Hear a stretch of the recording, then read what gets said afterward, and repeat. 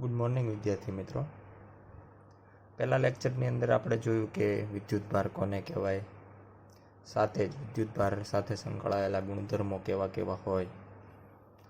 આજે આપણે સ્થિત વિદ્યુત શાસ્ત્રનો ખૂબ જ મહત્વનો એવો ગણી શકાય કુલમ્બનો નિયમ જોવાનો છે. ફ્રેન્ચ વૈજ્ઞાનિક ચાર્લ્સ કુલમ્બ જે છે એણે ઘણા બધા પ્રયોગો દ્વારા જ્યારે બે વિદ્યુતભારોને અમુક અંતરે મૂકવામાં આવે ત્યારે તેમની વચ્ચે કેટલું બળ લાગતું હશે એનો નિયમ તારવ્યો, જેને આપણે કુલમ્બના નિયમ વડે ઓળખીએ છીએ. ચેપ્ટર નંબર 8ની અંદર પણ આપણે ગુરુત્વાકર્ષણનો જે નિયમ જોયો હતો, અને ત્યારે પણ આપણે ચેપ્ટર નંબર 8ની અંદર પણ ઉલ્લેખ કર્યો હતો કે ખૂબ જ મહત્વનો એવો નિયમ છે અને આગળ જતાં 12મા ધોરણની અંદર પણ આપણને કામમાં આવશે. તો એ જ નિયમ સાથે સંકળાયેલ નિયમ આપણે જોવાનો છે. તો ફ્રેન્ચ વૈજ્ઞાનિક જે ચાર્લ્સ કુલમ્બ છે એણે બે વિદ્યુતભારોને જ્યારે અમુક અંતરે રાખવામાં આવે, એટલે કે અહીંયા આપણે બે વિદ્યુતભારો ધ્યાનમાં લઈએ. પ્રથમ વિદ્યુતભાર એને આપણે Q1 વિદ્યુતભાર કહીએ, બીજો વિદ્યુતભાર એને Q2 વિદ્યુતભાર કહીએ, અને એમના વચ્ચેનું અંતર ધારો કે R જેટલું છે. તો કુલમ્બ નામના વૈજ્ઞાનિકે નિયમ આપ્યો કે જ્યારે બે બિંદુવત વિદ્યુતભારો વચ્ચે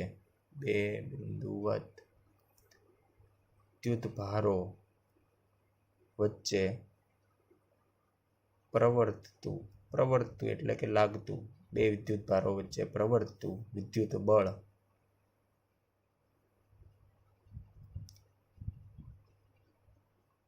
તેમના વિદ્યુતભારોના ગુણાકારના સમપ્રમાણમાં અને તેમની વચ્ચે રહેલા અંતરના વર્ગના વ્યસ્ત પ્રમાણમાં હોય.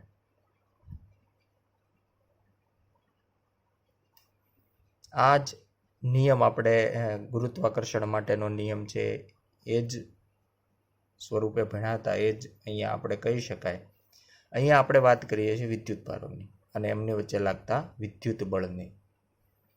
અહીંયા આપણે સમીકરણ સ્વરૂપે આ રીતે રજૂઆત કરી શકાય કે બે વિદ્યુતભારો વચ્ચે પ્રવર્તતું બળ F હોય તો એના માટે આપણે કહી શકાય કે એમના જે વિદ્યુતભારો છે એના ગુણાકારના સમપ્રમાણમાં, એટલે કે તમે લખી શકો F ચલે છે Q1 × Q2. એ જ રીતે એમના વચ્ચે રહેલા અંતરના વર્ગના વ્યસ્ત પ્રમાણમાં, એટલે જે અંતર છે R એના વર્ગના વ્યસ્ત પ્રમાણમાં, એટલે આ પ્રમાણેનું સમીકરણ આપણે નિયમ પરથી લખી શકાય. અને અહીંયા જે સમપ્રમાણની નિશાની આવે છે એને દૂર કરીએ તો એનાથી આપણને એક અચળાંક મળશે સ્મોલ k, જેને કહેવાય છે કુલમ્બનો અચળાંક. સ્મોલ k બરાબર કુલમ્બનો અચળાંક. સામાન્ય રીતે કુલમ્બ અચળાંકનું જે મૂલ્ય છે એની આપણે વાત કરીએ તો એ Q1, Q2 અને R જે કંઈ એકમમાં લેવામાં આવ્યા હોય એના ઉપરથી આપણે કેનું જે એકમ છે, મૂલ્ય છે એ નક્કી કરી શકીએ. સામાન્ય રીતે આપણે SI પદ્ધતિ પ્રમાણે વાત કરીએ. SI પદ્ધતિ પ્રમાણે એટલે કે જો વિદ્યુતભાર Q1 અને Q2ને આપણે કુલમ્બમાં લઈએ અને અંતર જે છે એને આપણે મીટરમાં લઈએ તો k માટે આપણે દર્શાવી શકાય કે એનો જે મૂલ્ય છે સ્મોલ k ની વેલ્યુ 8.9875 ગુણ્યા 10⁹ ન્યૂટન × મીટર સ્ક્વેર પર કુલમ્બ સ્ક્વેર જેટલું મૂલ્ય હોય. SI પદ્ધતિ પ્રમાણે આપણે k ની વેલ્યુ આટલી યાદ રાખવાની છે. પરંતુ સામાન્ય રીતે આપણે રાઉન્ડ ઓફ કરી અને એનું મૂલ્ય છે એ 9 ગુણ્યા 10⁹ ન્યૂટન × મીટર સ્ક્વેર પર કુલમ્બ સ્ક્વેર જેટલું લઈએ છીએ. કેની વેલ્યુ જે છે સામાન્ય રીતે 8.9875 ગુણ્યા 10⁹ ન્યૂટન ઇન્ટુ મીટર સ્ક્વેર પર કુલમ સ્ક્વેર છે, પરંતુ રાઉન્ડ ઓફ કરીને આપણે 9 ગુણ્યા 10⁹ અને યાદ રાખવામાં પણ ખૂબ જ સરળ અંક છે 9 ગુણ્યા 10⁹ ન્યૂટન ઇન્ટુ મીટર સ્ક્વેર પર કુલમ સ્ક્વેર. પરંતુ આ આપણે વાત કરી કે જે છે એનું મૂલ્ય કે સામાન્ય રીતે કહેવાય કે કુલંબનો અચળાંક છે, પણ આ અચળાંક જે છે ઘણી વખત આપણે જરૂર પડતી હોય, ક્ષેત્રફળ કે એવી કોઈ રાશિ આવતી હોય તો એના અંદર 4π અથવા પાઈનો ઉલ્લેખ થતો હોય, તો કેના માટે આપણે બીજી એક બાબત અહીંયા દર્શાવી શકાય. કેનું જે સમીકરણ છે એ આપણને કંઈક આ ટાઈપનું લખી શકાય, સ્મોલ k = 1/4πε0. ઘણી વખત આપણે સમીકરણને સરળ બનાવવા માટે કેની જગ્યાએ આ પ્રમાણેનું સમીકરણ છે મૂકી શકાય કે જેનાથી 4 અથવા પાય હોય તો એ કોઈ બીજી જગ્યાએ કેન્સલ કરી શકાય. અહીંયા આપણે જે રાશિ લીધી છે ε0, આ ε0 ને કહેવાય શૂન્ય અવકાશની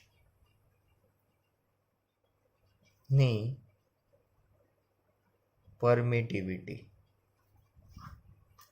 શૂન્ય અવકાશની પરમિટિવિટીનું ગુજરાતી થાય પેરાવિદ્યુતાંક.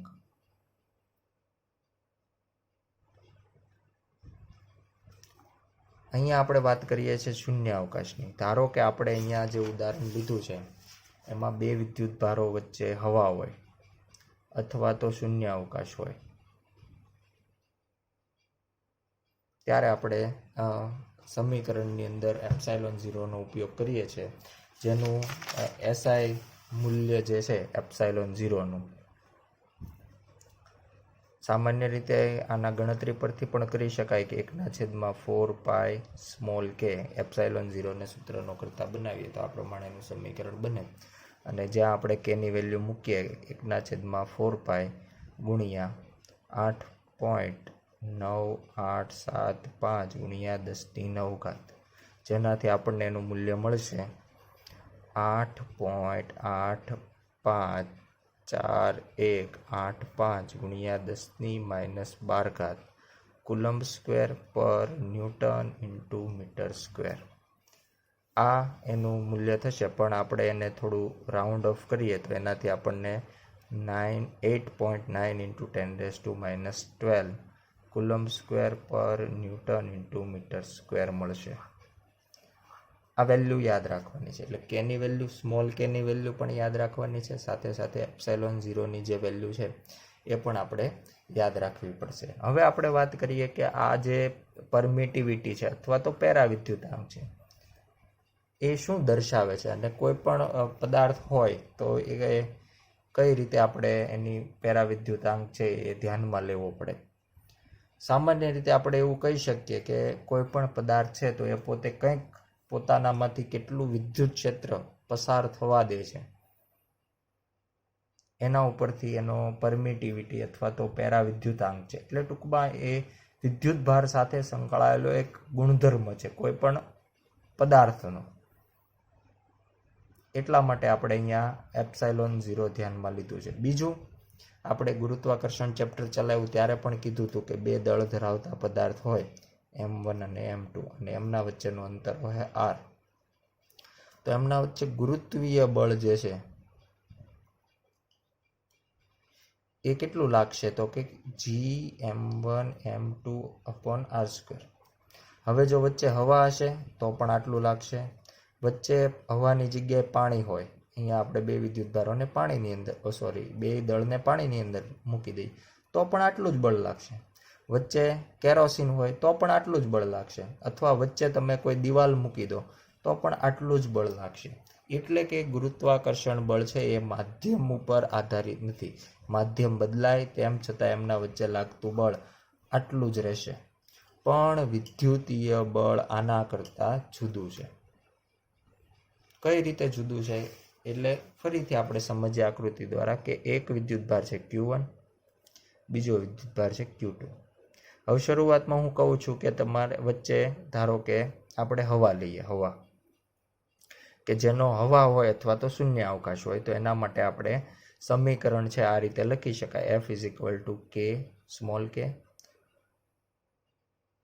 Q1 Q2 વચ્ચેનું અંતર છે r એટલે r², એટલે આ સમીકરણ થશે. જ્યાં k ની કિંમત મૂકવી હોય તો મૂકી શકાય 1/4πε0 Q1 Q2 r². આ પ્રમાણેનું સમીકરણ થશે. પણ હવે હું એવું કહું કે બે વિદ્યુત ભારો વચ્ચે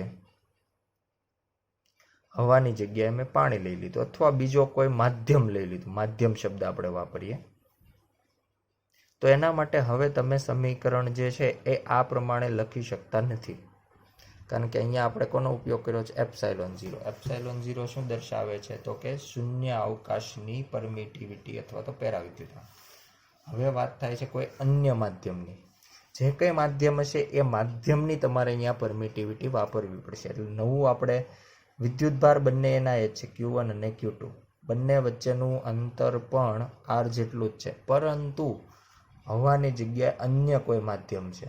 તો એનાથી આપણે નવું બળ જે છે F' તરીકે લખીએ તો F' લખી શકાશે 1/4πε Q1 Q2 r². અહીંયા આપણે કોનો ઉપયોગ કર્યો તો કે એપ્સાઇલોન. એપ્સાઇલોનને કહેવાશે માધ્યમની પરમિટિવિટી. જે કંઈ માધ્યમ છે એની પરમિટિવિટી આપણે સમીકરણમાં વાપરવી પડશે. એટલે જો અલગ અલગ માધ્યમો, હવા હોય, પાણી હોય, કેરોસીન હોય, પેટ્રોલ હોય અથવા બીજા અન્ય કોઈ માધ્યમ હોય, તો એ જે માધ્યમ હશે એ માધ્યમની પરમિટિવિટી આપણે અહીંયા સૂત્રમાં વાપરવી પડે. એટલે કે જો આ રાશિ બદલાય તો કહી શકાય કે બળ પણ બદલાય. એટલે શરૂઆતના કિસ્સામાં F બળ હતું જ્યારે હવા હતી, હવે કોઈ માધ્યમ છે ત્યારે F'. એટલે કે માધ્યમ બદલાવાથી બળ જે છે એનું મૂલ્ય પણ બદલાય છે. એટલે કે વિદ્યુતીય બળ છે અને ગુરુત્વીય બળ. તો ગુરુત્વીય બળ માટે કહી શકાય માધ્યમ પર આધારિત નથી, પરંતુ વિદ્યુતીય બળ માટે કેવું પડે કે બે વિદ્યુત ભારો વચ્ચે જે માધ્યમ છે માધ્યમ પર આધારિત છે. આ બંને વચ્ચેનો બેઝિક કહી શકાય તફાવત છે. બંનેના સમીકરણો લગભગ સમાન છે, પરંતુ બંનેમાં એક મહત્વનો તફાવત હોય તો એક માધ્યમ પર આધારિત છે જ્યારે બીજું માધ્યમ પર આધારિત નથી. આને રિલેટેડ ચેપ્ટર 8ના સ્વાધ્યાયમાં પણ આપણે એક દાખલો ત્યાં ધ્યાનમાં લીધો હતો અને કીધું હતું કે જ્યારે આપણે પહેલું ચેપ્ટર ભણીશું ત્યારે આપણને થોડો એનો માહિતી જે છે એ મળશે. ચાલો, તો આ પ્રમાણે હવે આપણે બે અહીંયા જે ઉદાહરણ લીધું છે, બે વિદ્યુતભાર છે, બંને વિદ્યુતભાર પણ સરખા છે, બે કેસમાં બંને વચ્ચેનું અંતર પણ સરખું છે, પણ એકમાં શૂન્ય અવકાશ અથવા હવા છે અને બીજામાં કોઈ માધ્યમ છે. તો બળમાં કેટલો ફરક પડી જાય છે, બંને બળ કેટલા જુદા મળે છે. તો એના માટે આપણે બંનેનો આપણે ગુણોત્તર લઈ લઈએ F/F'. એટલે સમીકરણ Fનું મળશે. F એટલે હવામાં અને F' એટલે માધ્યમમાં. તો Fનું સમીકરણ છે 1/4πε0 Q1 Q2 r². છેદમાં F' એટલે કે માધ્યમ વાળું, એના અંદર આવશે 1/4πε Q1 Q2 r². Q1 Q2 r² એ કેન્સલ થઈ જશે, 4π કેન્સલ. અહીંયા ε0 અને એપ્સાઇલોન, તો એપ્સાઇલોન જે છે એ છેદનો છેદ થશે એટલે અંશમાં આવશે. એટલે જવાબ આપણને મળશે ε/ε0. એટલે કે આપણને શું મળ્યું તો કે માધ્યમની પરમિટિવિટી છેદમાં શૂન્ય અવકાશની પરમિટિવિટી. અને જ્યારે આ પ્રમાણે બે પરમિટિવિટીનો આ જે ગુણોત્તર આપણે લઈએ છીએ એને કહેવાય, અહીંયા થઈશું માધ્યમની પરમિટિવિટી છેદમાં શૂન્ય અવકાશની પરમિટિવિટી, એને કહેવાશે સાપેક્ષ પરમિટિવિટી.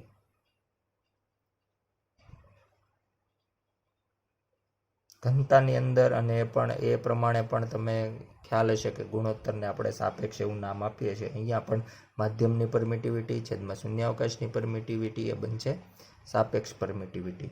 આના માટેની બીજી એક સંજ્ઞા પણ છે જેને કેપિટલ K વડે દર્શાવાય છે. સાપેક્ષ પરમિટિવિટી એપ્સાઇલોન આર વડે દર્શાવાય, એને સમતુલ્ય એની બીજી સંજ્ઞા કે વડે દર્શાવાય, કેને આપણે ઘણી વખત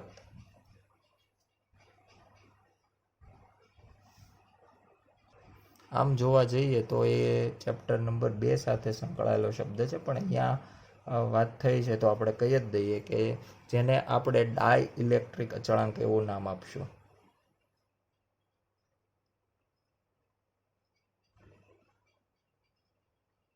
ચેપ્ટર નંબર 2 ની અંદર આપણે કેપિટલ કેનો વધારે પડતો, અહીંયા જ્યારે આપણે કુલમનો નિયમ જોયો ત્યારે જે આવતો હતો એ સ્મોલ કે હતો.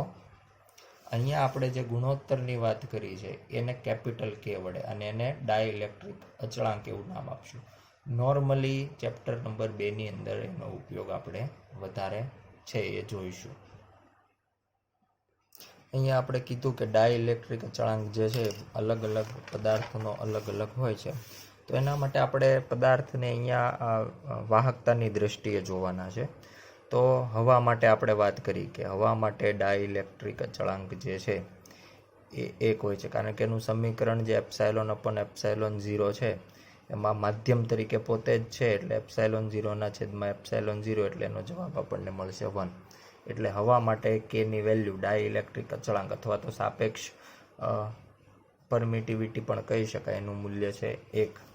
અર્ધવાહક પદાર્થોની વાત કરીએ, જે પદાર્થો અર્ધવાહક હોય એના માટે કેનું મૂલ્ય આપણને 1 કરતાં મોટું મળે છે. વાહક પદાર્થોની વાત કરીએ તો વાહક માટે કેનું મૂલ્ય જે છે એ અનંત હોય, અને અવાહકની વાત કરીએ તો એના માટે પણ આપણે એવું કહી શકાય કે કેનું મૂલ્ય 1 કરતાં મોટું હોય. એટલે વાહક પદાર્થ જો મૂકી દેવામાં આવે તો સમીકરણ પ્રમાણે આપણે કહી શકાય કે કેનું, અહીંયા આપણે કેપિટલ કે એટલે કે જે ડાયઇલેક્ટ્રિક અચળાંક છે એની વાત કરીએ છીએ. હવા માટે 1 મૂલ્ય છે, વાહક પદાર્થો હોય તો એના માટે અનંત મૂલ્ય છે.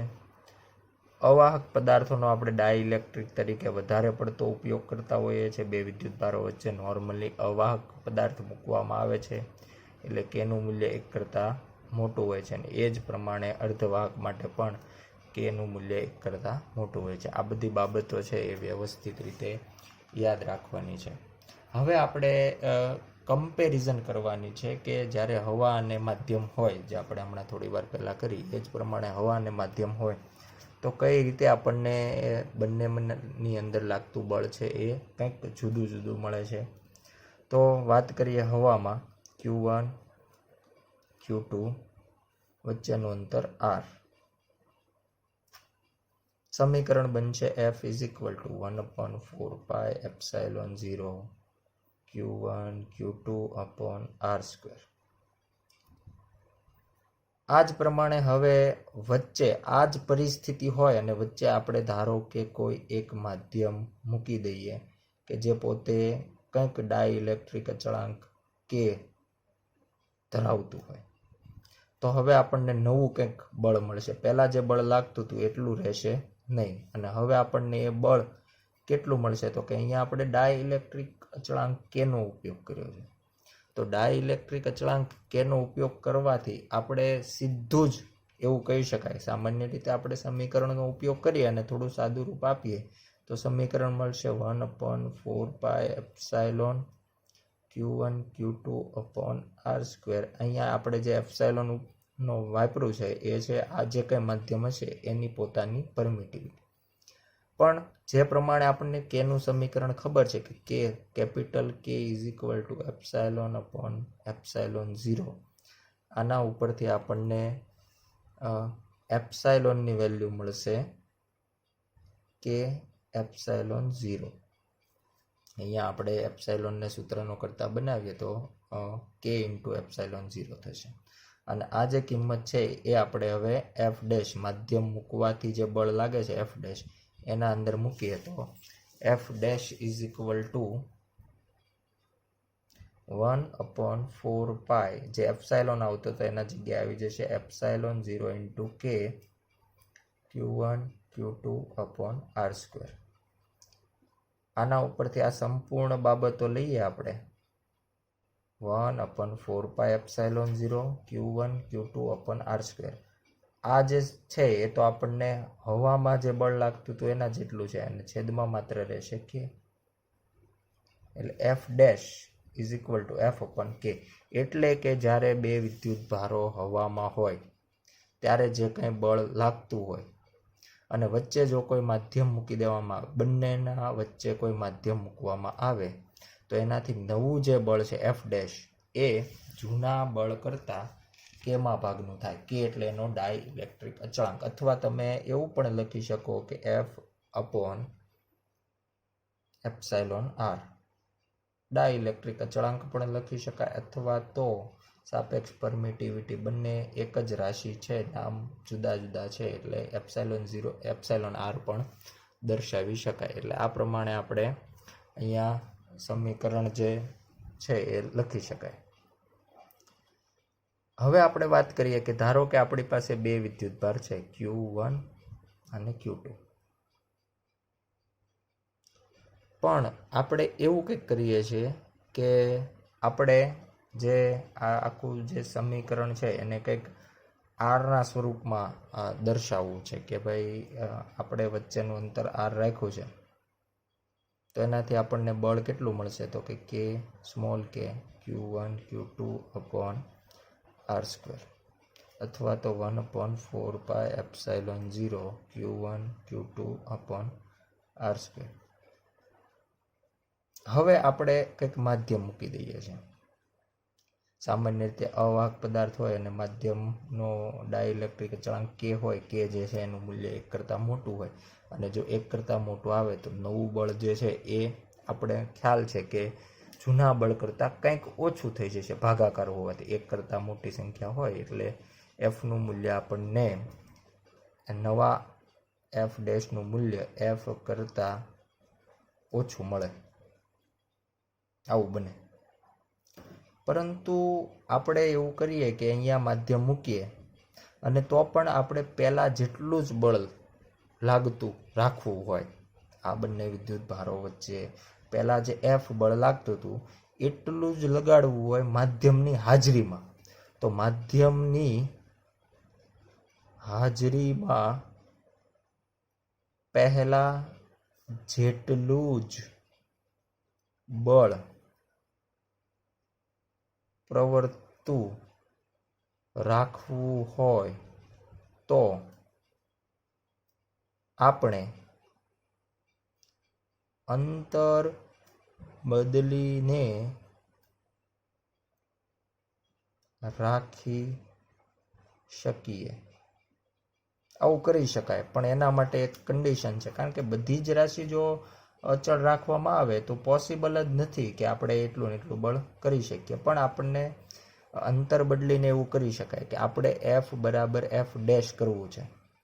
F જે હવામાં હતું એટલું અને F ડેશ એટલે માધ્યમમાં. F આપણને ખબર છે કે શરૂઆતમાં આપણે અંતર કેટલું રાખ્યું છે તો કે R હવા હતી ત્યારે. તો સૂત્ર બનશે 1/4πε0 Q1 Q2 upon r². પણ આપણે હવે માધ્યમ મૂકીએ છીએ અને આ વિદ્યુત ભારને કંઈક આપણે નજીક લઈ આવશું થોડું, અને આખામાં કે માધ્યમ હશે. આપણે અંતર બદલીને આવું કરી શકાય, પહેલાં જેટલું બળ લાગતું હતું એટલું જ, પણ એના માટે આપણે અંતર બદલાવવું પડે, નજીક અથવા દૂર. અહીંયા આપણે એવું કંઈક કરીએ કે વિદ્યુતભારને આપણે કંઈક દૂર લઈ જઈએ નવા અંતરે, R ડેશ અંતરે. તો R ડેશ કેટલું બદલાવવું પડે તો કે હવે નવું અંતર R ડેશ છે તો એના માટેનું સૂત્ર હવે આપણે ડાઇલેક્ટ્રિક અચળાંક રાખ્યો છે એટલે એના માટેનું સૂત્ર બનશે 1/4πε Q1 Q2 upon R dash square. આ પ્રમાણેનું સૂત્ર બનશે. શરૂઆતમાં અંતર R હતું, હવા હતી એટલે બળ લાગતું હતું આ. હજુ આપણે એટલું જ બળ રાખવું છે પણ માધ્યમની હાજરીમાં, એટલે માધ્યમ લેવા પણ એટલા ને એટલા અંતરે નહીં થાય એટલે અંતર આપણે બદલાવવું પડશે. બદલાવીને આપણે R ડેશ કેટલું એટલે આ સૂત્ર બનશે. આ બંને વિદ્યુતભારો કેન્સલ, 4π કેન્સલ. અહીંયા આપણે આ એપ્સાઇલોન જે છે એને અહીંયા ઉપર લઈ લઈએ એટલે આ એપ્સાઇલોન ઉપર આવે તો થઈ જાય એપ્સાઇલોનના છેદમાં એપ્સાઇલોન 0. આ એપ્સાઇલોનને અહીંયાથી દૂર કરીએ અને અહીંયા લખી દઈએ એપ્સાઇલોન, અને આ જે રાશિ છે એ બની ગઈ કે.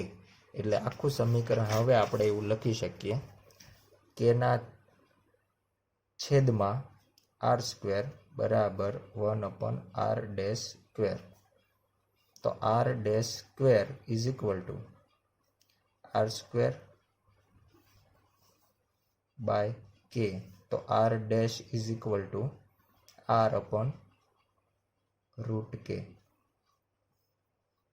અથવા R is equal to root K R dash. આ નવા અંતરનો જૂના અંતર સાથેનો સંબંધ છે, અને આ જૂના અંતરનો નવા અંતર સાથેનો સંબંધ છે. એટલે કે જો આપણે આર ડેશ જે નવું અંતર રાખવાનું છે, માધ્યમનું અંતર જે રાખવાનું છે, એ હવાના અંતર કરતાં રૂટ કેમાં ભાગનું કરીએ તો બળ એટલું ને એટલું થશે. કારણ કે આપણી કન્ડિશન એવી છે કે હવામાં લાગતું બળ અને માધ્યમમાં લાગતું બળ બંને કેવા થવા જોઈએ? સમાન. તો આપણે આ કન્ડિશનો દ્વારા એવું કરી શકીએ.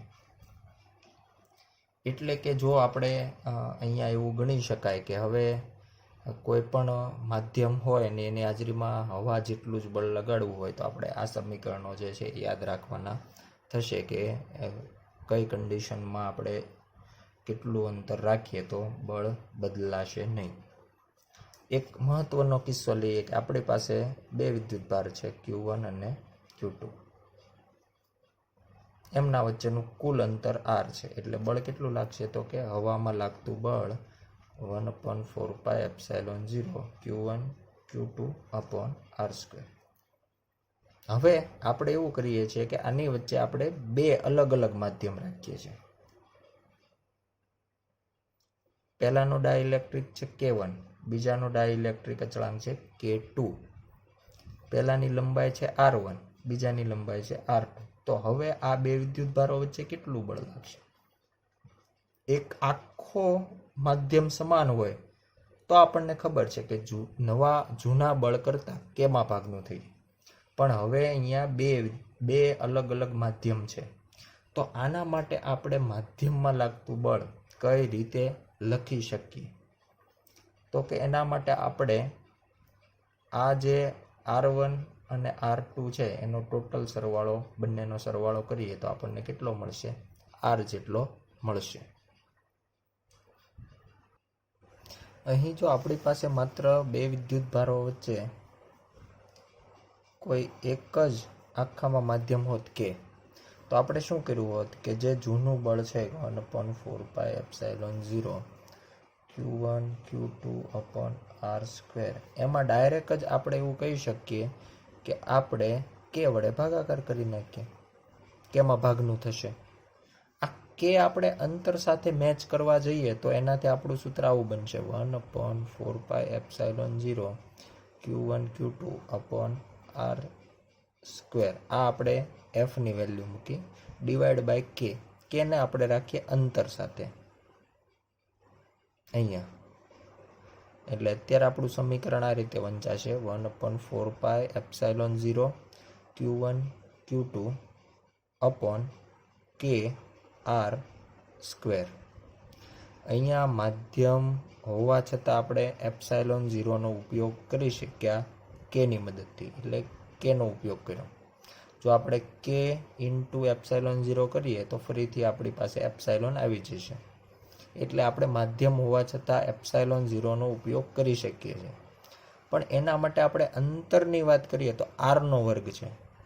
આપણે સમતુલ્ય અંતર જેવો એક શબ્દ અહીંયા વાપરી શકાય કે જેનાથી આપણે આવું સૂત્ર લખી શકાય 1/4πε0 Q1 Q2 અપોન.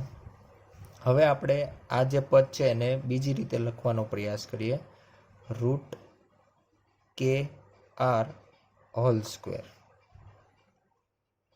અહીંયા આપણી પાસે જુદું હતું કે આર સ્ક્વેર. અહીંયા હવે હું કે અને આર ને એકબીજા સાથે ગુણી અને આખાને કાઉન્સ કર્યો છે, route k into are whole square. એટલે એનાથી આપણને આ સમીકરણ મળશે. આને આપણે સમતુલ્ય અંતર એવું નામ આપી શકીએ. એટલે માધ્યમ હોવા છતાં જો આપણે એપ્સાઇલોન 0નો ઉપયોગ કરવો હોય તો આપણે અંતર જે આર હતું, અત્યારે શરૂઆત હજુ અંતર આર છે, પણ એની જગ્યાએ આપણે કયા અંતરનો ઉપયોગ કર્યો? Route k into R. આ જ વસ્તુનો ઉપયોગ જ્યારે આપણી પાસે આ પ્રમાણેનો કિસ્સો હોય કે બે અલગ અલગ માધ્યમ છે, તો આપણે અહીંયા પણ સમતુલ્ય અંતરનો ઉપયોગ કરી શકીએ. અને ઉપયોગ કોનો કરશું? તો કે એપ્સાઇલોન 0નો, માધ્યમ હોવા છતાં. તો અહીંયા આપણે નવું જે બળ છે એને હું એફ ડેશ કહું તો એ આપણે લખી શકીએ 1/4 epsilon 0 Q1 Q2 upon total અંતર આર છે, પણ આરના આપણે બે ભાગ પાડી દીધા, R1 અને R2. R1 જે પ્રમાણે અહીંયા લીધું કે આર હોવા છતાં, અંતર તો આર જ હતું પણ માધ્યમ આવી જવાથી આરની જગ્યાએ શું લેવું પડ્યું? Under route k into R. એ જ પ્રમાણે અહીંયા પણ આપણે એવું કરી શકીએ કે અંતર તો અહીંયાથી અહીંયા સુધીનું R1 જ છે, પણ આપણે બળ માટે શું ધ્યાનમાં લેવું પડશે? રૂટ K1, કારણ કે એનો ડાઇલેક્ટ્રિક અચળાંક છે, ઇન્ટુ R1. આ અંતર જે છે એ R1 ન રહેતા આપણે એપ્સાઇલોન 0નો ઉપયોગ કર્યો છે, એટલા માટે કેટલું બની જશે? Route K1 into R1 plus બીજું અંતર તો કે R2 છે, પણ આપણે એપ્સાઇલોન 0નો ઉપયોગ કર્યો છે. એપ્સાઇલોન 0નો ઉપયોગ કર્યો હોવાથી કેટલું લેવું પડશે? તો કે under route K2 into R2. આખું અંતર બની ગયો અને આખા અંતરનો વર્ગ. એટલે આ પ્રમાણે આપણે અહીંયા સમીકરણ છે એ લખી શકાય. સમતુલ્ય અંતરનો કોન્સેપ્ટ જે છે એ ખૂબ જ મહત્વનો કોન્સેપ્ટ છે. એટલે જ્યારે કોઈ માધ્યમ મૂકવામાં આવે ત્યારે આપણે જે કંઈ અંતર છે એ અંતર એકલું ન લેતા તેની સાથે કેને પણ ધ્યાનમાં લેવો પડે, અને કારણ કે આપણે એપ્સાઇલોન 0નો ઉપયોગ કર્યો છે. એટલે એપ્સાઇલોન 0નો ઉપયોગ કરીએ ત્યારે આ જે પદ છે એ આપણને સમતુલ્ય અંતર ટાઈપનું ગણી શકાય, અને એના માટે આપણે અહીંયા R1 પ્લસ R2 કરવું પડે. પણ R1 ને સમતુલ્ય અંતરના સંદર્ભમાં આવું લખાય, એ જ પ્રમાણે R2 ને આવું લખાય, અને આ ટોટલ અંતર થઈ ગયું એનો આપણે વર્ગ કર્યો છે. એ જ રીતે જો બે વિદ્યુત ભારો વચ્ચે 3 અલગ અલગ માધ્યમો હોય, K1 K2 K3, આ Q1 અને આ Q2, પહેલું R1, બીજું R2, ત્રીજું R3, તો નવું બળ માધ્યમની હાજરીમાં કેટલું લાગશે? તો કે આપણે બધા માટે એપ્સાઇલોન 0 વાપરી શકાય. એપ્સાઇલોન 0 લખીએ Q1 ના છેદમાં Q2. હવે ટોટલ અંતર કેટલું? તો કે R1 plus R2 plus R3. પણ R1 ડાયરેક્ટ ન લખી શકાય. R1 માટે આપણે સમતુલ્ય અંતરનો ઉપયોગ કરવો પડે. સમતુલ્ય અંતર માટે R1 જેટલા ભાગમાં છે એનો માધ્યમ કયું છે કે K1, એટલે under route K1 into R1 plus under route K2 R2 plus under route K3 R3. આખું ટોટલ અંતર એનો વર્ગ. એટલે આ પ્રમાણે આપણે નવું માધ્યમની હાજરીમાં કેટલું બળ લાગશે એ દર્શાવી શકાય. તો આ પ્રમાણે આપણે માધ્યમ હોય ત્યારે વાત કરી શકાય. ઘણા કિસ્સામાં એવું પણ હોય છે કે આપણે Q1 અહીંયા રાખ્યો, Q2 અહીંયા, એમના વચ્ચે લાગતું બળ તો કે F ઇઝ ઇક્વલ ટુ અંતર કંઈક R છે, K small k Q1 Q2 upon R2 થઈ, અથવા તો 1/4 epsilon 0 Q1 Q2 upon R2. હવે આપણે કોઈ એક માધ્યમ લઈએ છીએ કે જેનો ડાઇલેક્ટ્રિક અચળાંક K હોય, પણ આપણે એની જાડાઈ કેટલી છે? T જેટલી જ છે. એક વિદ્યુતભારથી બીજા વિદ્યુતભાર સુધી આખામાં માધ્યમ નથી. માધ્યમ માત્ર થોડા એવા ભાગમાં જ છે. T જાડાઈનું આપણે કોઈ ચોસલું મૂકી દીધું સ્વિચ છે. તો આના માટે હવે આ પહેલો વિદ્યુતભાર બીજા ઉપર કેટલું બળ લગાડશે? તો એના માટે આપણે એવું કહી શકીએ F ડેશ.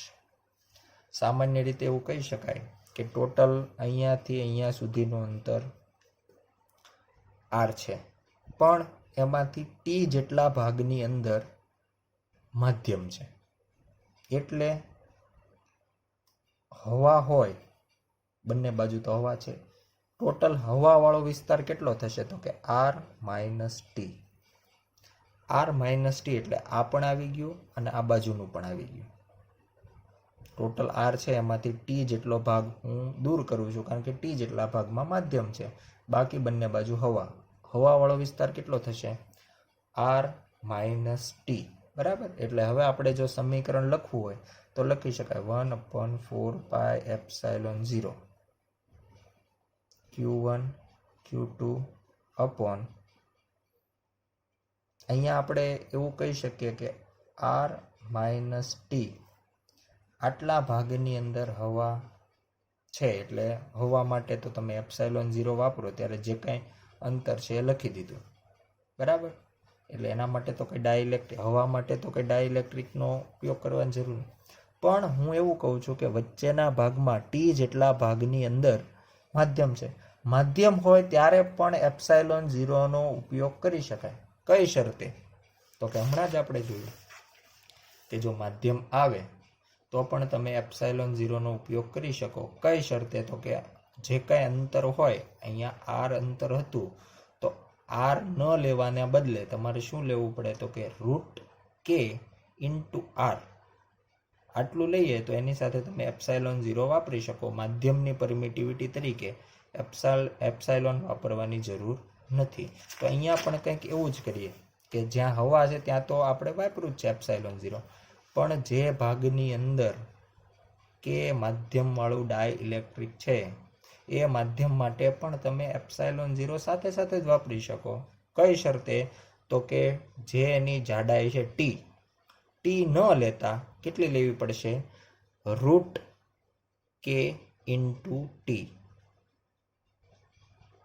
પણ આ એડ થશે કારણ કે આ ટોટલ જે અંતર હતું એ આપણે લખ્યું આર માઇનસ ટી પ્લસ આ જે અંતર છે આ ટી અંતર નહીં ગણાય, આ કેટલું ગણાશે √k * ટી. આ ટોટલ અંતર થઈ ગયું અને આનો આખાનો થઈ જશે વર્ગ. એટલે આ પ્રમાણે જ્યારે માધ્યમ આપણે કોઈક આખા ટોટલ વિસ્તારમાં ન મૂકતા અમુક નાના એવા ભાગમાં મૂકીએ ત્યારે આપણને આ પ્રમાણેનું બળ જે છે એમના વચ્ચે પ્રવર્તમાન હોય છે. તો આ પ્રમાણે આપણે ડાયઇલેક્ટ્રિક અચળાંક અથવા તો માધ્યમ હોય ત્યારે ઘણા બધા અલગ અલગ પ્રકારના પ્રશ્નો જે છે પૂછાતા હોય છે. આની સાથે તમને એક એક્સરસાઇઝ પણ આપવામાં આવી છે કે જેનો તમે વ્યવસ્થિત આ કોન્સેપ્ટને લઈને ગણતરી કરજો. બીજી બાબત એવી છે કે વિદ્યુતભાર આપણે જોયું બે પ્રકારના છે, ધન અને ઋણ. અને લાસ્ટ લેક્ચરમાં પણ આપણે વાત થઈ હતી કે જો બે સજાતીય લઈએ તો એમના વચ્ચે અપાકર્ષણ હોય, બે ધન લઈએ તો અપાકર્ષણ, બે ઋણ લઈએ તો અપાકર્ષણ, અને ધન ઋણ લઈએ તો આકર્ષણ. આ જ બાબત આપણે જ્યારે ગુરુત્વાકર્ષણ ચેપ્ટર ચલાવ્યું ત્યારે પણ વાત થઈ હતી. ધારો કે આપણે ઉદાહરણ સ્વરૂપે લઈએ કે પહેલો વિદ્યુતભાર પ્લસ લીધો પ્લસ Q1, બીજો વિદ્યુતભાર પણ પ્લસ લીધો પ્લસ Q2. તો પહેલો વિદ્યુતભાર બીજા વિદ્યુતભાર પર કઈ દિશામાં બળ લગાડે? બળ હોય ત્યારે દિશા ખૂબ મહત્વની રહેતી હોય છે. તો ત્યારે પણ આપણે વાત થઈ હતી કે એક ધન છે બીજો ધન છે, બે સજાતીય વિદ્યુતભાર કહેવાય. એટલે પહેલો વિદ્યુતભાર બીજાને પોતાનાથી દૂર ધક્કો મારશે એટલે આ દિશામાં. એટલે કહી શકાય કે હંમેશા બળ એવી દિશામાં લાગે બંનેને જોડતી રેખા પર જ બળ હોય. આ બંનેને જોડતી રેખા થઈ તો એના ઉપર જ બળ હોય આ દિશામાં. ક્યારે આ દિશામાં અથવા આવી કોઈ દિશામાં બળ લાગતું નથી. હંમેશા ક્યાં લાગશે? બંનેને જોડતી રેખા પર જ લાગશે. આ બંને ધન વિદ્યુતભાર લીધા. એ જ પ્રમાણે આપણે ઋણ વિદ્યુતભાર લઈએ કે -Q1 અને -Q2. તો આમના વચ્ચે કેવું બળ લાગશે? ધારો કે હવે આપણે એવું કહીએ કે આ Q2 વિદ્યુતભાર છે એ Q1 ઉપર કઈ દિશામાં મળે? આ Q2 પોતે કેવો છે? નેગેટિવ. Q1 કેવો છે? નેગેટિવ. એટલે આ વિદ્યુતભાર બીજા વિદ્યુતભારને પોતાનાથી દૂર તરફ ધક્કો મારે. દૂર તરફ, અને એ હંમેશા ક્યાં હશે? બંનેને જોડતી રેખા પર. આ બંનેને જોડતી રેખા પર જ છે. આ રીતે ક્યારેય બળ લગાડતો નથી. છેલ્લો એક કિસ્સો લઈએ, એક વિદ્યુતભાર ધન લઈએ, બીજો ઋણ લઈએ, Q1 અને Q2. તો હવે આ બંનેને જોડતી રેખા થઈ ગઈ. તો Q1 વિદ્યુતભાર Q2 વિદ્યુતભાર પર કઈ દિશામાં બળ લગાડે? Q1 પોતે બળ લગાડે છે Q2 પર. Q2 કેવો છે? નેગેટિવ, પોતાના કરતાં વિજાતીય, એટલે પોતાના તરફ બળ લગાડે. તરફ લગાડે તો પણ કહી શકાય કે જોડતી રેખા પર જ બળ લાગે છે. અથવા આપણે એવું કહીએ કે Q2 જે છે એ Q1 પર કઈ દિશામાં બળ લગાડે, તો એ પણ પોતાની તરફ લગાડશે, એટલે એ પણ જોડતી રેખા પર થાય. તો આ પ્રમાણે આપણે એવું કહી શકીએ કે આ જે છે એ કઈ દિશામાં, અને આ વિદ્યુતભાર બે પ્રકારના હોવાના કારણે આવું થાય છે. એ જ રીતે આને આપણે આકર્ષી બળ કહીશું. બંને એકબીજાના નજીક આવશે, એટલે આકર્ષી પ્રકારનું ક્યારે હોય? તો કે વિજાતીય હોય. તો આ પ્રકારનું બળ છે. બંને નેગેટિવ એટલે સજાતીય થયા. સજાતીય હોય તો હંમેશા આપણને ખબર છે અપાકર્ષી પ્રકારનું બળ લાગશે. અને આ પ્રકારનો કિસ્સો બંને પોઝિટિવ, એ પણ સજાતીય કહેવાય. તો એમાં પણ આપણે એવું કહી શકીએ કે બંનેમાં અપાકર્ષી પ્રકારનું બળ જે છે એ લાગશે. એટલે આ ખૂબ જ મહત્વનું છે. આ કોના સંદર્ભમાં છે? તો કે દળના સંદર્ભમાં છે. દળ અને વિદ્યુતભાર. જેમ ત્યાં દળ 8મા ચેપ્ટરમાં દળ કામમાં આવતું હતું, એ જ રીતે અહીંયા વિદ્યુતભાર આવશે. ત્યાં દળ એક જ પ્રકારનું હતું, એટલે ગુરુત્વાકર્ષણ એક જ પ્રકારનું મળતું હતું, માત્ર ને માત્ર આકર્ષી. જ્યારે અહીંયા વિદ્યુતભાર બે પ્રકારના છે, એટલે બળ પણ બે પ્રકારનું, એક અપાકર્ષી અને બીજું આકર્ષી. ઓકે, તો આ પ્રમાણે આપણે કુલમ્બનો જે નિયમ છે એ દર્શાવી શકાય. બીજી મહત્વની બાબત કે સદિશ સ્વરૂપે પણ આ નિયમની વાત થાય છે. અથવા એક કરતાં વધારે વિદ્યુતભારો હોય, એક કરતાં વધારે વિદ્યુતભારો હોય અને આ પ્રમાણે આપણે કોઈ તંત્ર વિચારી લઈએ, તો આપણને ખ્યાલ છે કે કોઈ એક વિદ્યુતભાર પર, આ Q1 વિદ્યુતભાર છે, તો આના ઉપર Q2 વિદ્યુતભાર બળ લગાડશે, Q3 લગાડશે અને Q4 પણ લગાડશે. ટોટલ એક વિદ્યુતભાર પર બાકીના જેટલા પણ વિદ્યુતભાર છે એ બળ લગાડશે. ધારો કે અહીંયા આપણે એવું ગણીએ કે આ નેગેટિવ છે Q1, બાકીના બધા જ પોઝિટિવ છે. તો Q2 છે એ Q1 પર બળ લગાડશે. કઈ દિશાના? પોતાની તરફ, બંનેને જોડતી રેખા પોતાના તરફ. Q4 છે એ Q4 પણ પોતાની તરફ, એટલે આ દિશામાં હશે. Q3 તો એ પણ પોતાની તરફ, એટલે આ દિશામાં હશે. તો આ ત્રણ બળ થયા.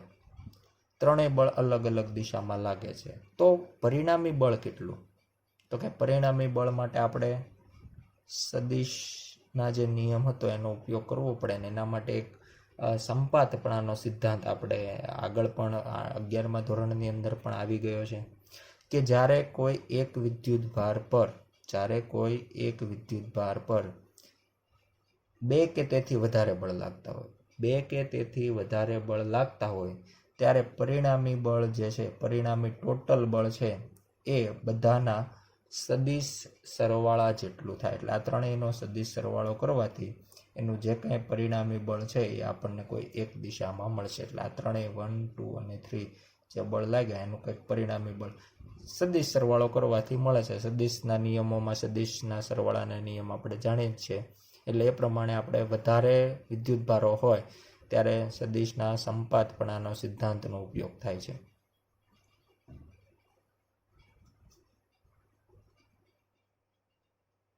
એ જ પ્રમાણે બીજી એક વાત અહીંયા એ કરી દઈએ કે Q2 Q1 પર બળ લગાડે છે.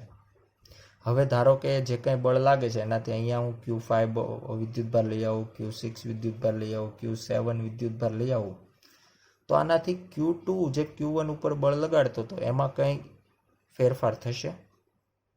Q2 જે Q1 ઉપર બળ લગાડે છે એ કોના ઉપર ડિપેન્ડન્ટ હોય? Q7 ઉપર, Q5 ઉપર. આ દૂર જતો રહે તો Q2 આના ઉપર ઓછું બળ લગાડશે.